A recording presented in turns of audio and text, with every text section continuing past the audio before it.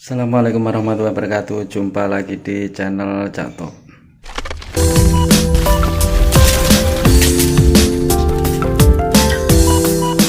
Menu hari ini aku mau masak sayur lodeh jantung pisang. Ini ada kacang panjangnya. Nanti bikin sambal goreng tahu sama ikan asin ya bosku. Ini nanti tempenya kita masukkan di sayur lodehnya. Sebelum kita mulai masaknya hari ini, jangan lupa seperti biasa klik tombol subscribe-nya di bawah ini ya bosku, sama klik tombol loncengnya juga biar kalian tidak ketinggalan sama video-video yang terbaru. Oke, nggak usah terlalu banyak ngomong, kita intip videonya berikut ini.